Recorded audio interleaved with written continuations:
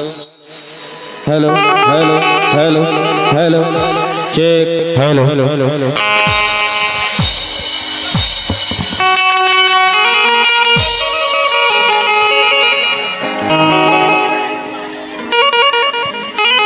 Hello.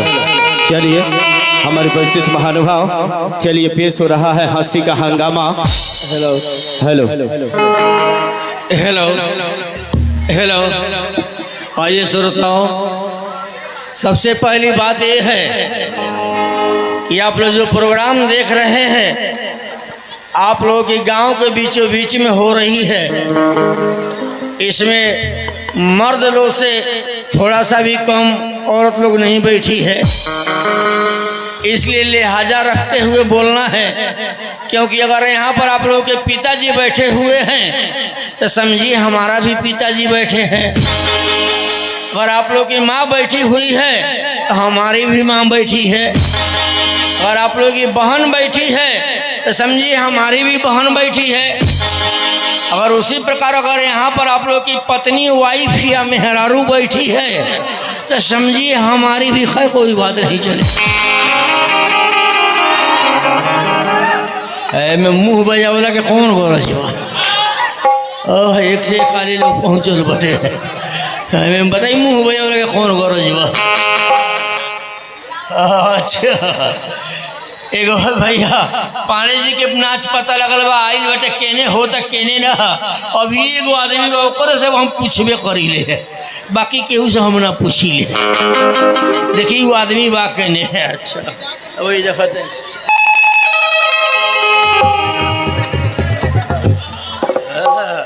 मसाला पीसल शुरू कर दिले बड़े। ये तो जगावे के उपाय हम ले आइल बनी पहले ही से, ये जगाइए के छोड़े।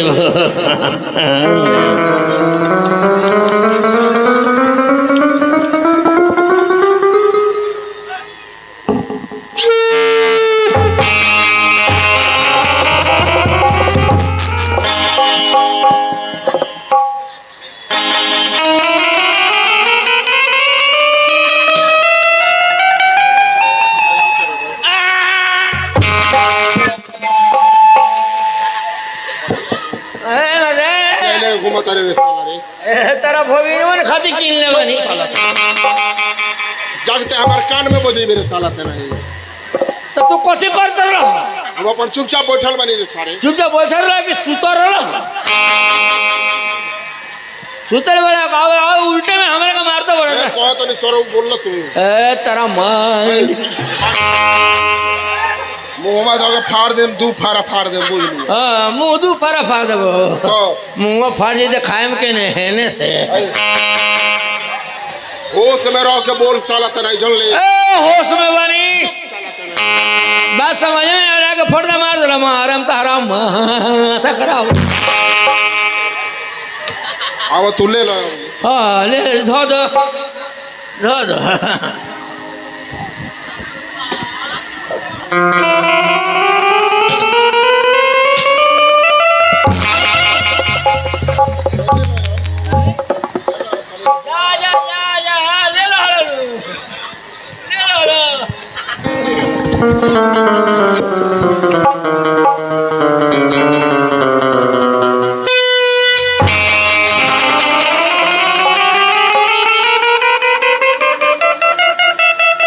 आदमी ना हो, आदमी है, आदमी नहीं तो कथी है। साला हमार पछड़िया कौन सी बजावत रे रे? हम बजावत नहीं। साला एगो तो धइए देले बनी और ले ले बड़े करे। हमने ही ले ले ओले बिग रे वो रोला ले बिग रे या कुछ साला वो बना रे हाथ में दे ना। कहां बा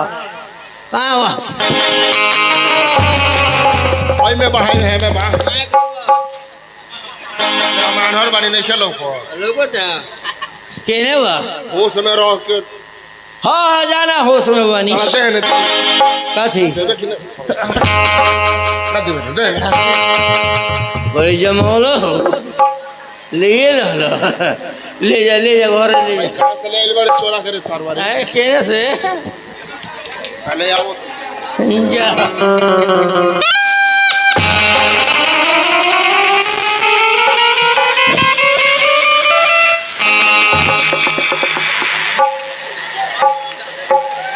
साला के नहीं ते कहाँ से चोरा के साला ले आइल बड़ी रे वे बजावे खातिर हमार तोर पछौटिए लौकता रे हम ही बोलने हाथी पिहुकतिया रावण मारे खातिर आई बड़ी संस मैंने कहा के होश में नहीं है साला ए होश में बनी जान हां कितना खिसियत ए रहता साला तो नहीं ते हमार सार होले जो उधर चिढ़ाओ करे रे सर तो नहीं लगी तार पहुना जरूर होई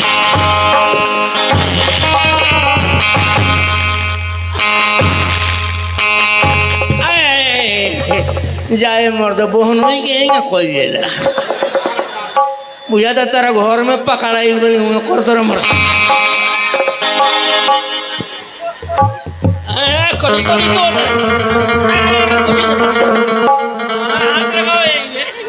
हाथ लगाओ निकला जल्दी निकला कथे निकले साला निकलेबे कि नहीं कथी हो निकलेबे कि नहीं मुंह फोड़ दम साले मार के इधर साला निकला निकालो बहुत केने गोई कहाँ धोइले बड़ी रे कोई को मर्द है रे नु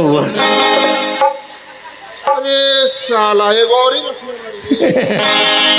हो बोलो नहीं है साला चेक करा चेक कर मर्द हाथ लगा के देखो हमारा विश्वास नहीं के सब जब जतने साला तो कोई ना कोई से निकला के बाजा होते बड़े तो ना मर्द कहाँ है बाबा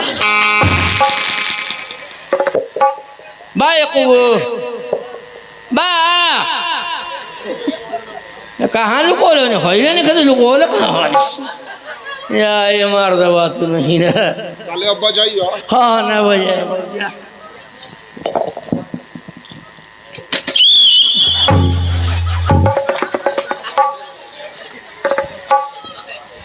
कहाँ या ये मर्द तो नहीं ना तेरा समझ में नहीं आ रहा हम कहाँ लेने बनी बहुत खतरनाक आदमी बाऊ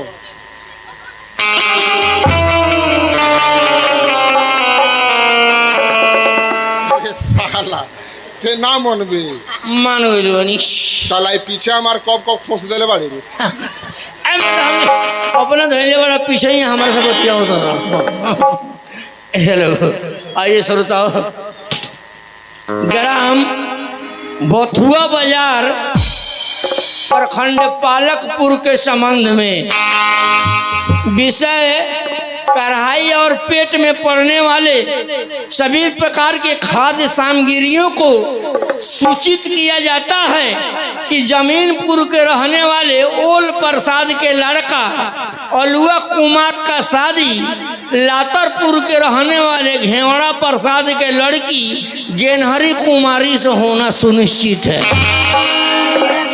और बारात करने के लिए कटहर का भंटा का काच केरा चाचा लौकी चाची भिंडी भौजी गाजर जादू फूल को भी फूफा और बंद को भी फुआ आ रही है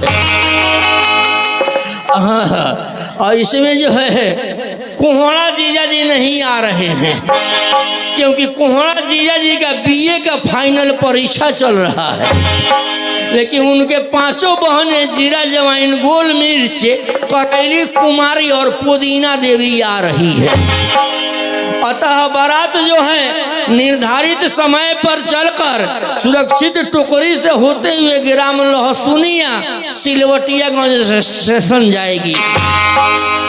दर्शनाभिलाषी कुकुर कुमार थुथुर कुमार बिलाट प्रसाद सीआर पांडे एवं चूहा चौधरी आकांक्षी नेऊर पड़ी थी। अतः आप लोग भी सदा आमंत्रित हैं, आप लोग भी आइएगा।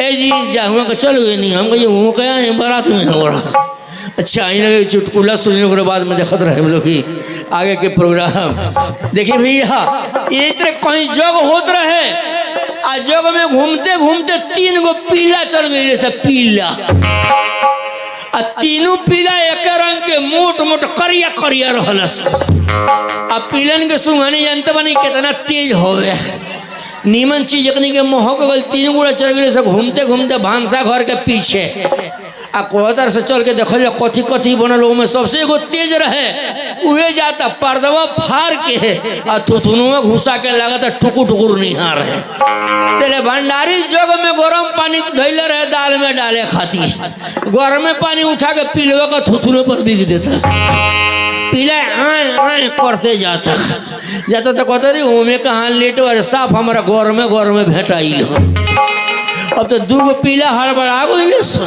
कि दादा ये खा कर चल हमनिए के बाकी लागो तो में से गौर पीला जाता तो ई जाता तो हेतना देह ढुका देता। अल्लाह का नहीं हर तेरे भंडारी जड़ते चैली चूल्ही में घुस का उधर है, चैलिए घींच के 4 चैली घेंटे पर लगा हुआ था। ये पीला घेंट टेढ़ कैले जाता ही जाता तो कहता सांचों में साफ लेट नहीं खे रे, हमारा जाते जाते भेंटा गई। अब तो तीसर का पीला हड़बड़ा गई कि दादा ये 2 खा के चले से हम ही बाकी लागू ही नहीं। ई जाता तो देखा था भंडारी के नींद लाग रही है चूना हम पकड़ ले लो। वो तो जब सुतिए गोल बड़े तब बहरी से का देखे वो हम भीतर काहे ना ढूक जाए। आई भीतर जाके देखा तो भंडा घर में घुस जाता है, बुनिया का परात में मुंह लगा देता है, लगा तो चबाक चुम करा हुआ है। चले भंडारी के नींद खुलता है, हिंकर ने देखा सिंगल मारता रहे का देख बल्लान खांगा रहा है सिंगल मारा चेहरा ना देखा चेहरा मुझे तो मड़ुआ का खेत में मड़ुआ का झाड़ जामल बने तारा इंडी के गोली मारी लगल सिंगल देवे अपन चेहरा होना को ना निहार कोई लो पीला वो तो समझ में आ गई पीला कि दादा रे दादा बोलो 2-3 आदमी को बोलो लो साई 2-3 आदमी आगे से घर 2-3 आदमी पीछे में डांडे पर चैली मार लो।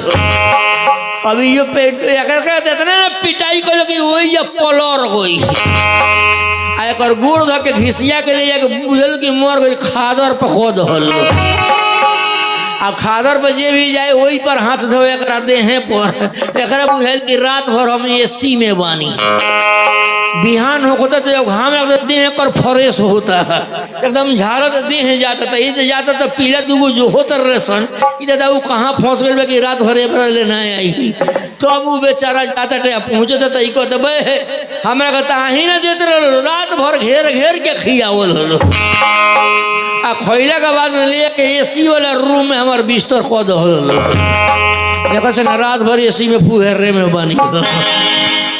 अच्छा का कहीं भैया हमार शादी हो गई बटे ऐसा बात नहीं कही हम कुंवारे बानी हमार शादी हो गई पत्नी केने बड़ी केने ना आ उनके फरमाइशी से हमारे घर में भोजन बनेला।